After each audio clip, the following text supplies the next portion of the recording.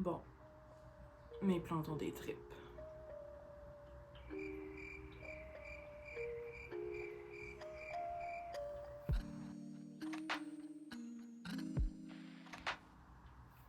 Bienvenue à 4 pouces verts, re-bienvenue à 4 pouces verts. Moi, c'est Kathleen. Aujourd'hui, je suis accompagnée de Wishy. Ah, Wishy? Oui. Qui m'a rendu le début de ma vidéo un peu plus compliqué. Attention, tu feras tomber la caméra. Oui, je sais, t'en as rien à foutre. Non.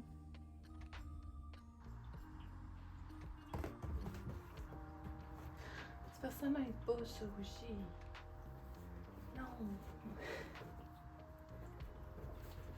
Donc aujourd'hui, je vous partage le péripétie ainsi que les traitements reliés à l'infestation de tripes que j'ai découvertes sur mes plantes. Comme je le disais, il y avait beaucoup de choses qui étaient présentes dans ma tête il y a quelques mois. Donc, de façon générale, je ne faisais pas beaucoup de soins à mes plantes. Donc, à part de l'arrosage, puis même un arrosage très, très basique, il y avait pas souvent d'engrais. Je les arrosais pour qu'elles puissent vivre, puis c'était pas mal tout. Plusieurs me montraient des signes que quelque chose n'allait pas. Mais comme j'étais très occupée, j'ai pas pris la peine, j'ai pas pris le temps d'observer ce qui se passait, puis de pouvoir régler la situation. Donc les choses se sont juste laissées aller. Et un jour, j'ai pris mon courage à deux mains, j'ai pris le temps d'observer et je me suis bien rendu compte, fallait bien se rendre en fait à l'évidence, que ouais, j'ai des tripes. Non, c'est pas vrai. Mes plantes ont des tripes. Mes plantes sont quand même assez infestées. Il y a beaucoup de dommages. Ouais.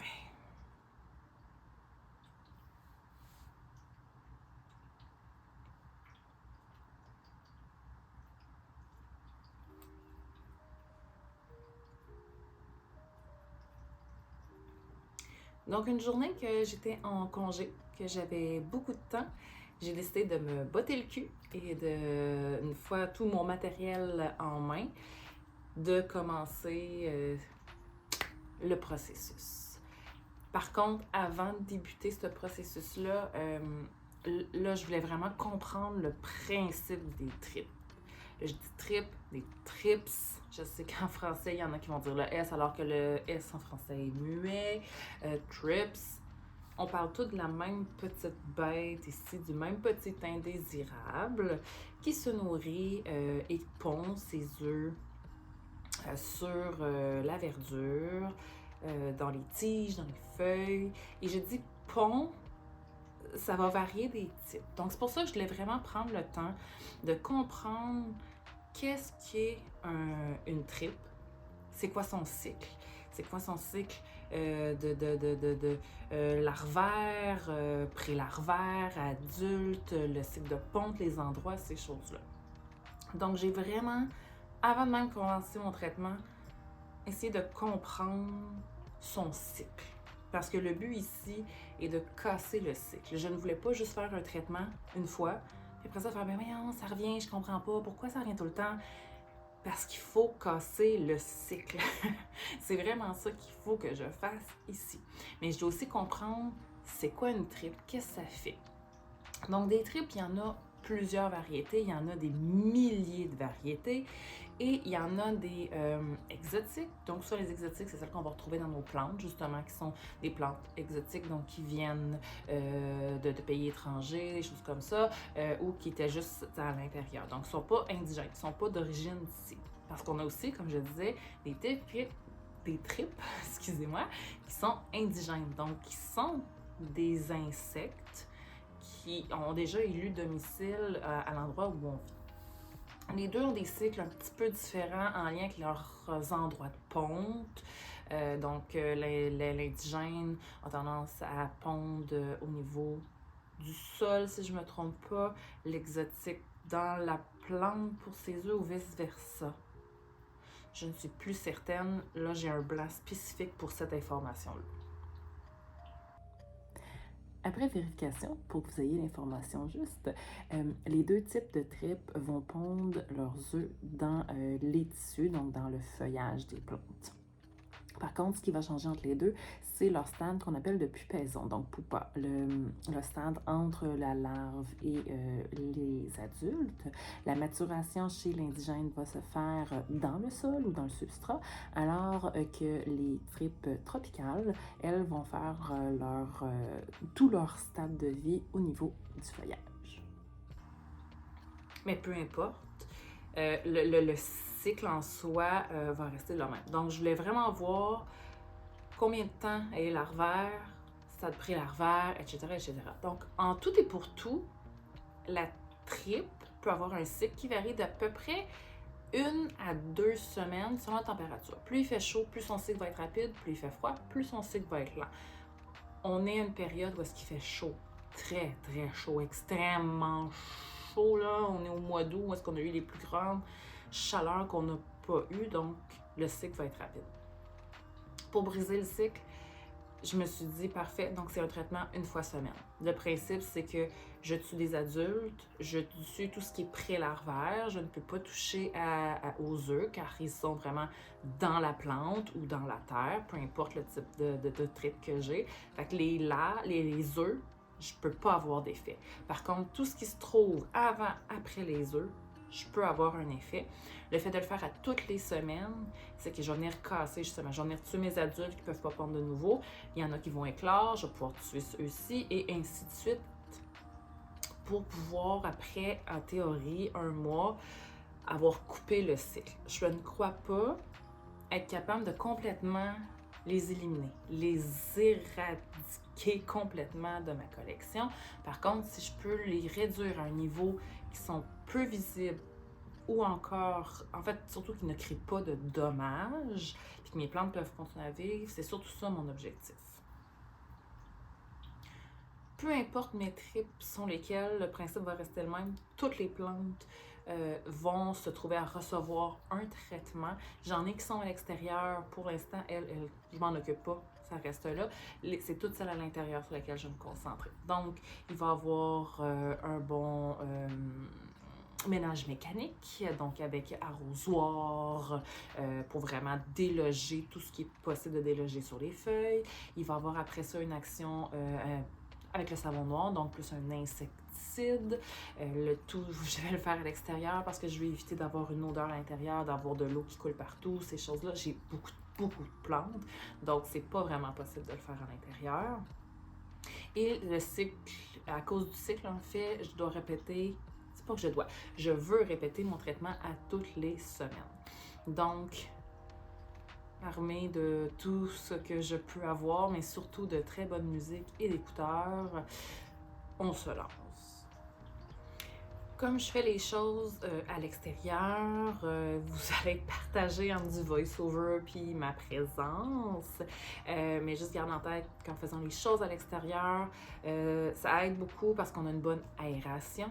Donc, ça aide à faire sécher les plantes plus facilement, mais aussi à éviter d'avoir des odeurs plus fortes dans la maison. Mais si on le fait à l'extérieur, s'assurer d'être à l'ombre pour éviter de faire des brûlures au niveau des feuilles, entre autres à cause du savon noir. L'eau aussi, parce qu'en arrosant, on peut concentrer le soleil, bien sûr, les rayons, mais aussi parce qu'ils ne sont pas habitués à avoir du gros soleil. Donc, si on fait ça, c'est sûr qu'on va les brûler à ce moment-là. Donc, semaine 1, ça va être ma plus grosse semaine. Ça va être celle qui va être la plus énergivore, la plus chronophage, mais je sais qu'en bout de ligne, ça va vraiment valoir la peine. Donc, pour débuter, je dois sortir tout ce qui est à l'intérieur. Les plantes doivent passer par la fenêtre, ainsi que moi-même, à cause de l'espace dont je disposais à ce moment-là. Donc, tout s'en va à l'extérieur pour faciliter le traitement, avoir une meilleure aération, éviter des odeurs, des choses comme ça.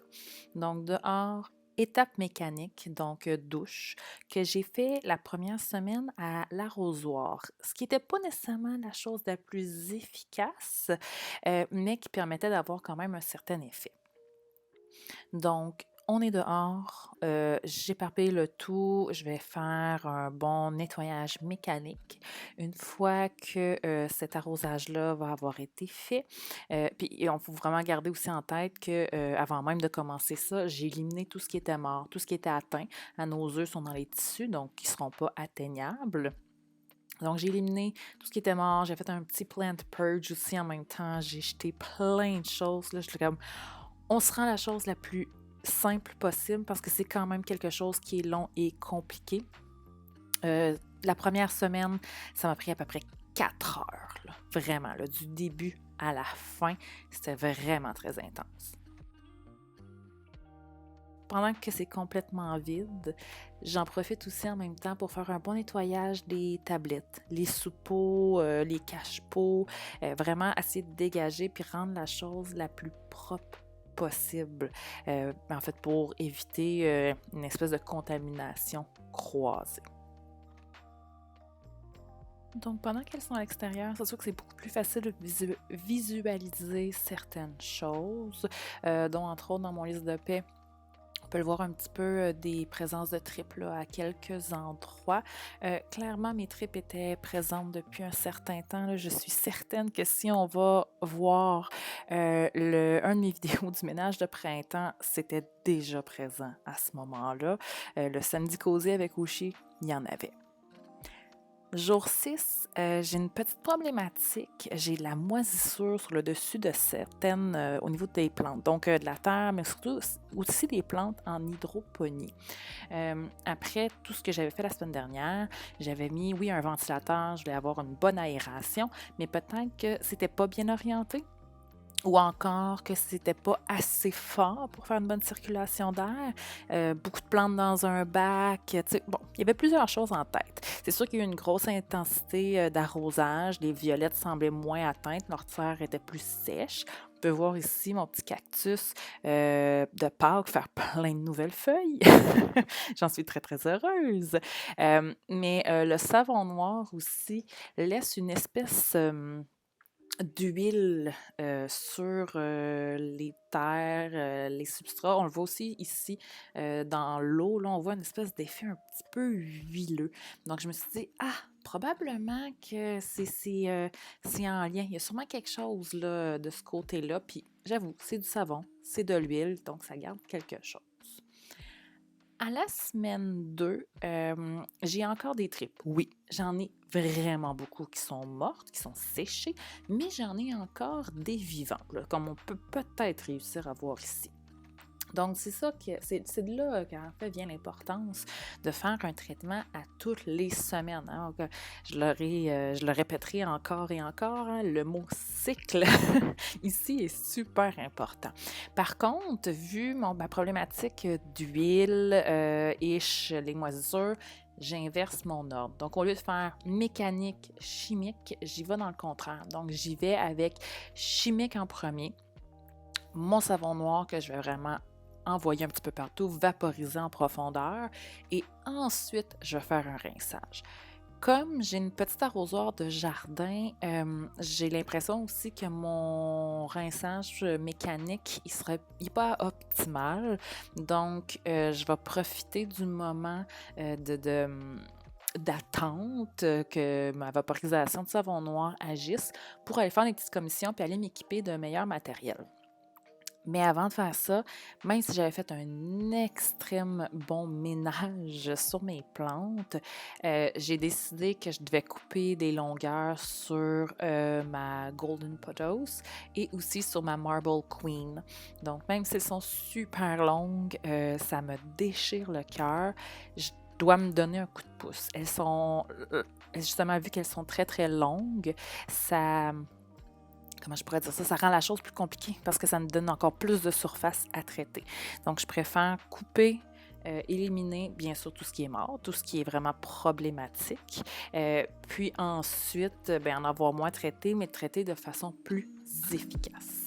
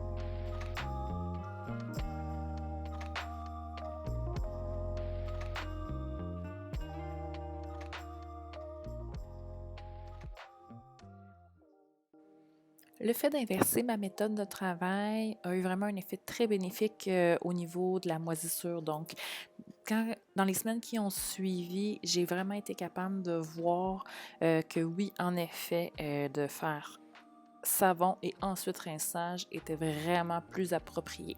Donc, justement, cette présence d'huile, soit sur les terreaux ou encore sur l'eau, n'était plus visible comme ça l'a été à la semaine 1. Je me dis aussi, ben, ça devait aussi avoir un impact négatif au niveau des plantes. Hein. Donc, si je venais avoir cette résidu huileux-là, il devait rester aussi au niveau des feuilles, bien sûr, et devait avoir aussi un effet au niveau des pores des plantes. Donc, j'espérais pouvoir éviter d'avoir une deuxième problématique. De le faire de cette façon-là, pour vrai, j'ai vraiment... ça a fait toute une différence.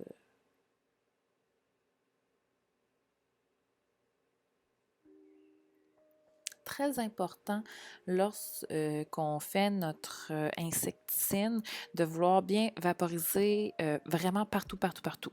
Donc, on ne veut pas juste faire une vaporisation légère, on veut le faire sur tous les côtés de nos plantes. Donc, on veut faire, oui, le dessus, le dessous, on veut faire les tiges. Donc, on veut vraiment asperger, imprégner notre plante de tous les côtés. On veut qu'après ça, elle soit dégoulinante de notre produit pour aller rechercher tous les petits coins, recoins cachés là, de nos plantes pour avoir en fait notre effet maximal. Si on se trouve à avoir certains endroits qu'on ne vaporise pas, bien sûr, on va garder des insectes en vie, donc rend la chose un petit peu plus compliquée pour la suite des choses.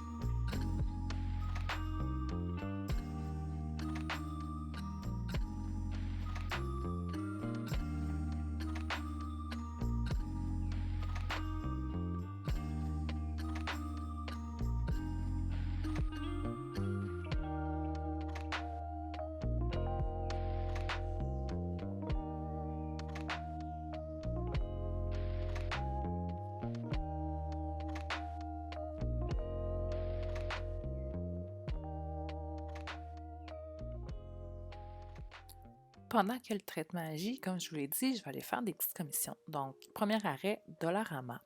J'étais à la recherche de certains matériels pour m'aider justement, dont un vaporisateur sous pression. Donc, pour éviter d'avoir à actionner manuellement, vraiment avec mes mains, le vaporisateur, je trouvais qu'avec ça, ce serait plus facile. Plus gros réservoir aussi. Donc, je peux en faire plus avec un simple remplissage. Ensuite, Canadian Tire, car je dois m'équiper d'un pistolet pour bien rincer mes plantes et aussi d'un boyau d'arrosage. Donc, j'ai pas très loin, pas à mon balcon, mais pas très loin l'accès à de l'eau, à un robinet extérieur. Puis je me suis dit que c'est vraiment ça qui va m'aider. Le fait d'avoir ceci rend la tâche beaucoup plus facile. Physiquement, mécaniquement, c'est plus efficace, mais ça me permet aussi d'économiser beaucoup de temps. Donc, on se souvient, la première semaine, ça doit m'avoir pris environ 4 heures du début à la fin. Hein, donc, sortir, traiter, nettoyer, rentrer. Semaine 2, c'est quand même assez long, mais j'ai gagné du temps. Puis en fait, le temps que ça m'a duré, je vous dirais que c'est surtout, c'est même avec mes commissions. Donc, peut-être un 2 à 3 heures de temps pour la semaine 2. Mais là, j'ai sûr que j'ai beaucoup moins de ménage à faire. Les choses se sont beaucoup améliorées. Ma méthode pour faire le tout aussi est un petit peu plus efficace. Donc, ça va être plus facile, plus rapide. Je suis très optimiste aussi parce qu'en voyant que j'ai déjà réussi à couper dans le temps, je me dis qu'en théorie, semaine 3, semaine 4, là aussi, Il devrait avoir coupe dans le temps et je devrais pouvoir être encore plus efficace et même avoir des petites périodes de repos pendant les périodes en fait d'attente entre traitement et rinçage. Donc, l'effet mécanique, bien sûr, avec le pistolet en fait, au lieu d'être avec l'arrosoir de jardin, est beaucoup plus efficace. Donc, je peux vraiment aller chercher tous les côtés. Puis ça me permet de faire vraiment un meilleur rinçage parce que je veux vraiment essayer d'éliminer le maximum de savon noir pour éviter de me retrouver encore avec la moisissure la semaine suivante. C'est visuellement pas super, mais s'il y a de la moisissure, c'est qu'il y a une problématique aussi de ce côté-là. Donc, il faut que j'essaie de gérer cette problématique-là. J'ai aussi ajouté un deuxième ventilateur à la semaine 2 pour avoir une meilleure circulation d'air, puis permettre de sécher plus rapidement la terre. Parce que oui, l'arrosage mécanique que je fais rend la terre très, très mouillée. Donc, même si je la laisse bien se drainer, elle est beaucoup plus mouillée que quand je fais mes arrosages standards. Donc, le ventilateur est vraiment très, très, très important.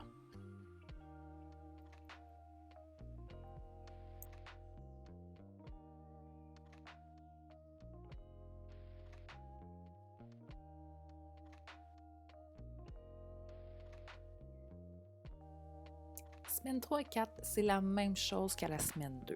Donc, sauf que maintenant, je suis mieux équipée. J'ai mon pulvérisateur à pression. Je sais c'est quoi la quantité de savon noir que je dois préparer. Donc là, je savais que je devais faire une double recette. Donc, j'ai tout en main. Je suis rendue à ma 3e semaine. Donc, je sais pas mal quoi faire puis comment le faire. Je m'en viens très bonne. Semaine 3, oh, et juste ici, j'ai fait tomber une de mes plantes et j'ai vu qu'elle avait plein de racines. Fait que j'ai comme, OK, yes, j'ai réussi à la sauver et à la faire vivre. Donc, allez voir l'épisode si jamais vous voulez voir à quoi ça ressemblait, cette petite chose.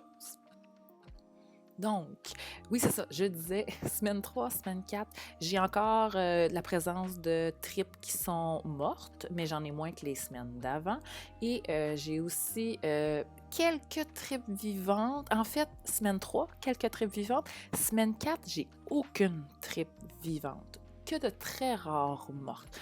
Donc, clairement, j'arrive de plus en plus à voir la fin de la situation. Et semaine 4, même, j'ai des plantes qui recommencent à vivre et ils vivent leur meilleure vie de façon que je n'avais pas vue depuis vraiment longtemps. Par contre, à la semaine 4, je suis capable de voir beaucoup de signes de stress chez les plantes. Donc, soit des changements de couleur au niveau du feuillage ou encore un espèce d'aspect rouille sur les feuilles de mes violettes africaines. Donc, à la semaine 4, je sais que ça va être ma dernière semaine de traitement.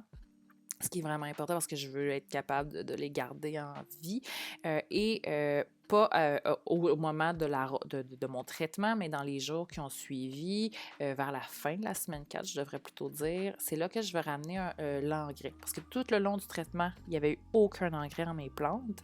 Vers la fin de la semaine 4, j'y vais vraiment avec un engrais qui est plus doux. Donc, algues marines, je vais aller chercher une certaine force au niveau des racines, au niveau du feuillage. Puis je sais que c'est un engrais qui est plus doux aussi.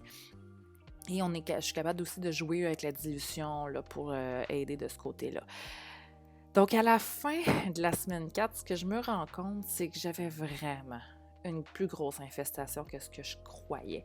Les plantes que je pensais qui étaient en bonne santé, même si elles étaient belles, même si elles étaient magnifiques, ils étaient clairement en besoin. Donc, c'est peut-être pour ça aussi que j'avais certaines plantes qui se développaient super bien, mais qui ne fleurissaient jamais. Hein, comme ma Oya ici, qu'on peut voir, qui me fait des tiges, des feuilles à profusion. Elle n'arrête pas. Elle m'en donne, elle m'en donne. Encore aujourd'hui, c'est le cas. Donc, peut-être qu'elle, que je n'étais pas capable de la faire fleurir depuis toutes ces années, hein, peut-être à cause de ça, même si elle était bien établie. Donc, on peut voir que les plantes fortes survivent, mais ne sont pas capables de bien vivre. Les plus faibles, malheureusement, n'arrivent pas à vivre tout court, meurent ou dépérissent de façon rapide et importante selon le type d'infestation, bien sûr.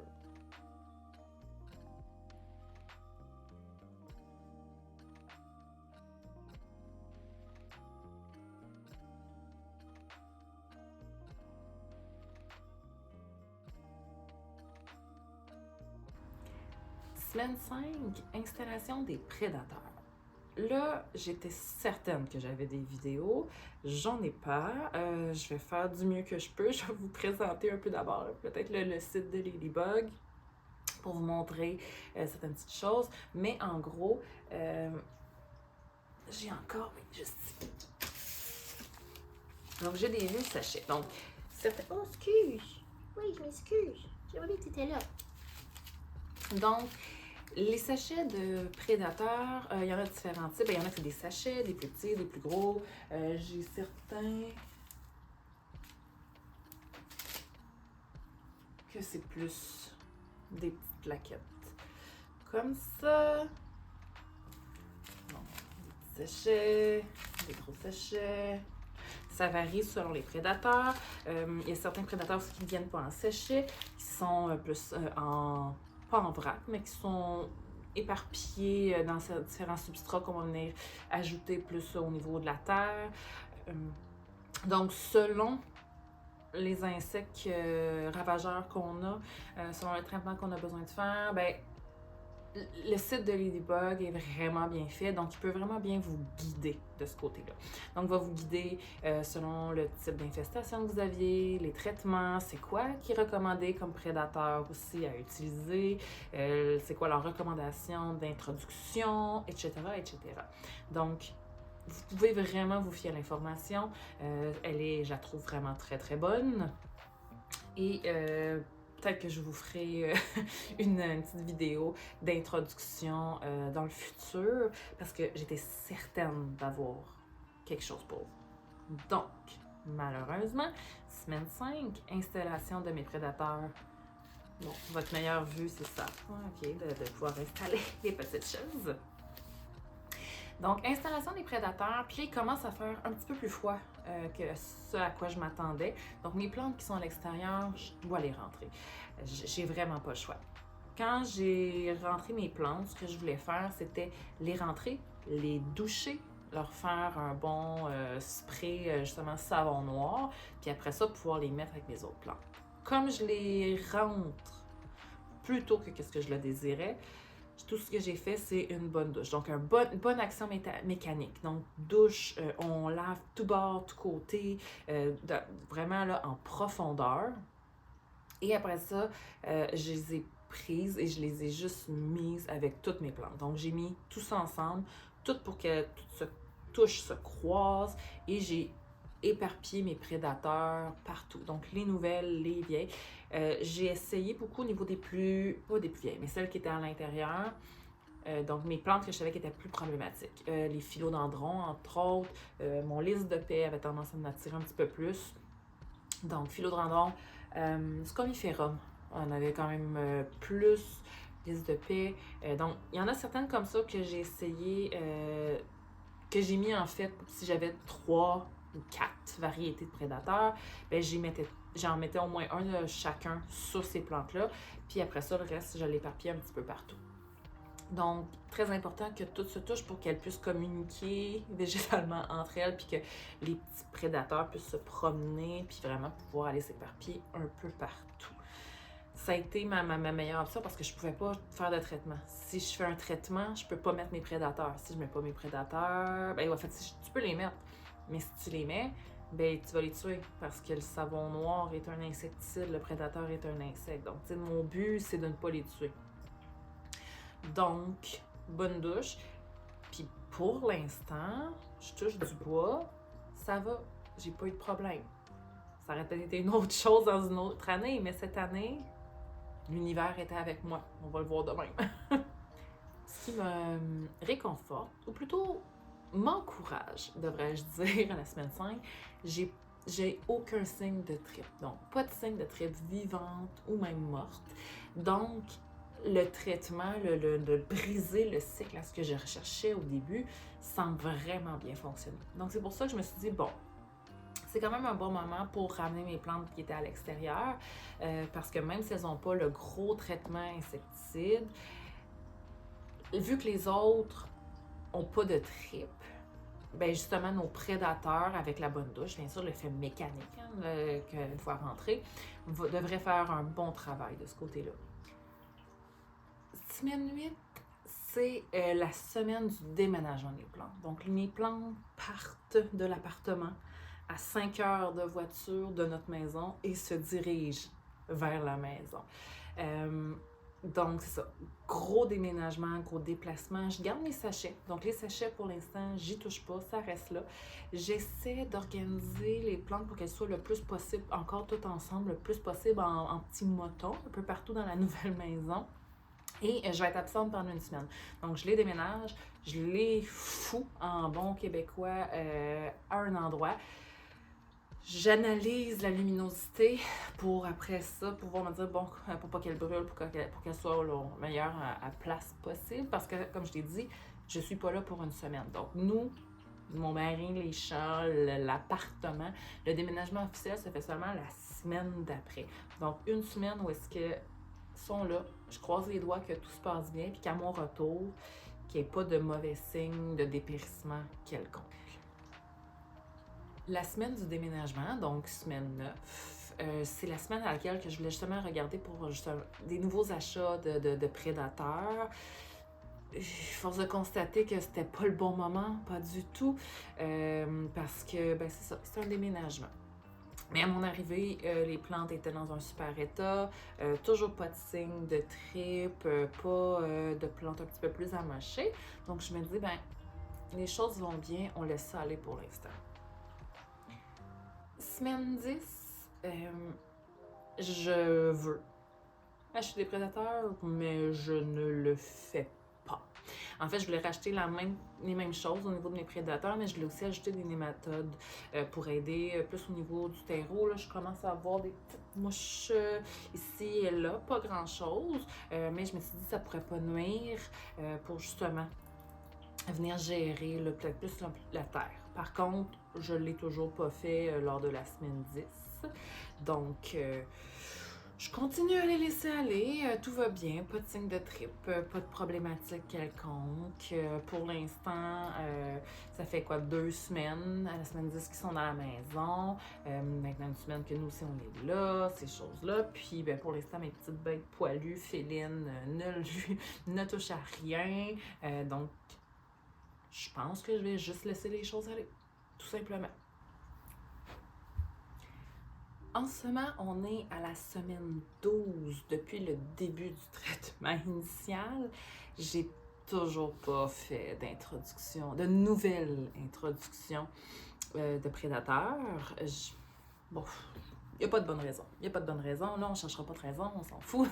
Je ne l'ai pas fait. Par contre, je suis très, très contente parce que j'ai aucun signe de dommage de tripe. J'ai aucun signe de tripe vivante. J'ai énormément de nouvelles feuilles et de nouvelles fleurs. Puis c'est surtout sur ces choses-là que les tripes aiment aller prendre leur repas, s'alimenter, devrais-je dire, et aussi pondre.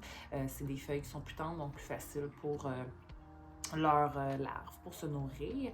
J'ai aucun signe de ça, j'en ai pas de vivante, j'ai pas de dommages. Et justement, comme je le disais, vu la très grande quantité de nouvelles verdures, c'est à ces endroits-là que je devrais les voir s'il y avait quoi que ce soit. Fait que je suis très, très, très contente. Je n'en vois pas, j'ai pas de signe, je reste à l'affût, mais j'aimerais ça pouvoir, oui, commander pour introduire avant l'hiver une nouvelle batch de prédateurs. Il va falloir que je m'enligne un peu avec la météo parce que je veux. Les chaleurs, c'est terminé, mais je veux pas avoir des choses qui sont trop froides. Je veux que ça arrive quand même rapidement. Puis l'autre chose que j'ai aussi, à laquelle je dois réfléchir, c'est les endroits où mes plantes sont. Donc maintenant qu'ils sont éparpillés, ils sont plus tous dans une même pièce où est-ce qu'ils peuvent tous être collés les uns aux autres, là, comme lors de la première introduction. Je dois penser à chaque petit îlot combien je dois mettre de chacun de ces sachets en tout cas, je dois réfléchir pour en avoir assez.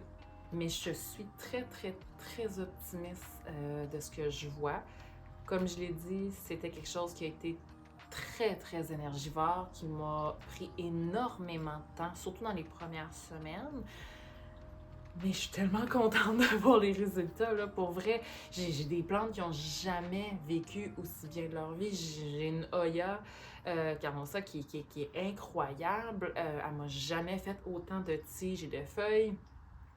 Même chose pour certains cactus tropicaux, donc cactus Thanksgiving, de Noël, Pâques par exemple. Il y avait beaucoup de difficultés. Mes gros qui étaient bien établis allaient quand même bien, mais les plus petits, ceux qui avaient de la difficulté, qui étaient déjà pas très forts. Excusez-moi. Ceux qui étaient pas très forts, c'est des nouvelles feuilles, c'est de la force, ils sont plus robustes. Je vois. Ça faisait longtemps. Ça faisait vraiment longtemps. Mais bon, je m'en suis occupée. J'ai perdu. J'ai dû faire du ménage. Par contre, ce que j'ai maintenant, me le rend très bien.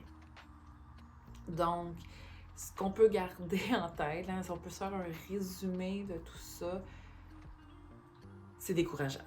Oui, c'est très décourageant. Ça prend beaucoup de temps. Donc, il faut avoir le temps. Il faut prendre le temps. Si on a des plantes puis qu'on a une collection, c'est qu'on aime ça. C'est qu'on prend le temps de s'en occuper de plein de façons. La gestion d'un indésirable, c'en est une aussi. Certains vont nous demander plus d'énergie que d'autres. Par contre, la récompense en bout de ça, elle est vraiment incroyable. Mais je pense que s'il y a quelque chose à vraiment retenir, c'est ce qui est important, c'est de comprendre l'indésirable, comprendre son cycle, sa reproduction, toutes ces petites choses-là, son alimentation, de bien la comprendre pour pouvoir avoir un meilleur effet, puis pas faire quelque chose juste de même, puis que ça soit perdu. Donc, je l'ai sûrement déjà fait dans le passé, pensant pas nécessairement que c'était des tripes, que c'était juste un autre insecte, puis oui, en effet, c'était des tripes, probablement. Ça doit faire comme... Ça doit faire des mois, là, vraiment. Je dis même des mois, peut-être même depuis l'an passé que j'ai des tripes, probablement. Puis, je comprends certains signes maintenant. Donc, de comprendre comment elle fonctionne va vraiment permettre de toute l'énergie qu'on met à sauver nos plantes puisse vraiment être rentabilisée. Je pense que c'est une des choses les plus importantes. Sinon, on peut toujours tout scraper puis recommencer à zéro, mais je suis un peu une tête de cochon, puis c'est pas le genre de choses que j'aime faire, puis j'haïs dépenser pour rien. Fait que si j'avais tout scrappé ça, il fallait que je redépense pour tout me réapprovisionner et peut-être, anyway, avoir des tripes dans ce que j'étais pour m'acheter. Parce que les tripes peuvent être partout. Elles sont de taille si petite, sachant aussi qu'il y en a des indigènes et des exotiques. Ils peuvent être partout. Ils peuvent rentrer par nos moustiquaires, sur nos vêtements, on ouvre les portes. Ça peut vraiment arriver de n'importe où, à n'importe quel moment. Donc, on reste à l'affût, on surveille les signes et on traite quand c'est nécessaire. Bien sûr, avec tout ce qui est côté insectes bénéfiques, donc nos prédateurs, ça aide énormément au traitement. Là. Je veux dire, j'ai décidé de faire un traitement très intense, un traitement choc, un insecticide au début, parce que là, je voulais me donner la meilleure des chances. J'ai dû avoir faire une période de pause pour pas que mes prédateurs soient atteints, mais je pense qu'un effet seulement mécanique, bonne douche, suivi d'une introduction, aurait fait un excellent travail aussi. On a chacun nos petites visions de ce côté-là. Des traitements de tripes, il y en a partout sur YouTube, donc j'en suis une parmi tant d'autres. C'est de trouver ce qui convient à vous, à votre type de vie, à vos plantes. J'espère que cette vidéo vous a plu. J'espère aussi que vous avez été capable de trouver des astuces, des trucs pour vous aider, soit dans une infestation que vous avez déjà en ce moment. Je vous en souhaite pas dans le futur. Par contre, les trucs sont encore là, sont encore valides, peu importe ce qui arrive. J'aimerais ça vous lire, j'aimerais ça savoir comment vous faites, vous, de votre côté. Avez-vous des astuces miracles, des petits tours de magie avec vos indésirables? Aimez la vidéo, partagez-la, donc faites-la vivre. Surtout, abonnez-vous pour voir les prochaines vidéos qui s'en viennent au niveau des prochaines semaines. D'ici là, je vous dis à tous et à toutes, bye bye, prenez soin de vous et à la prochaine!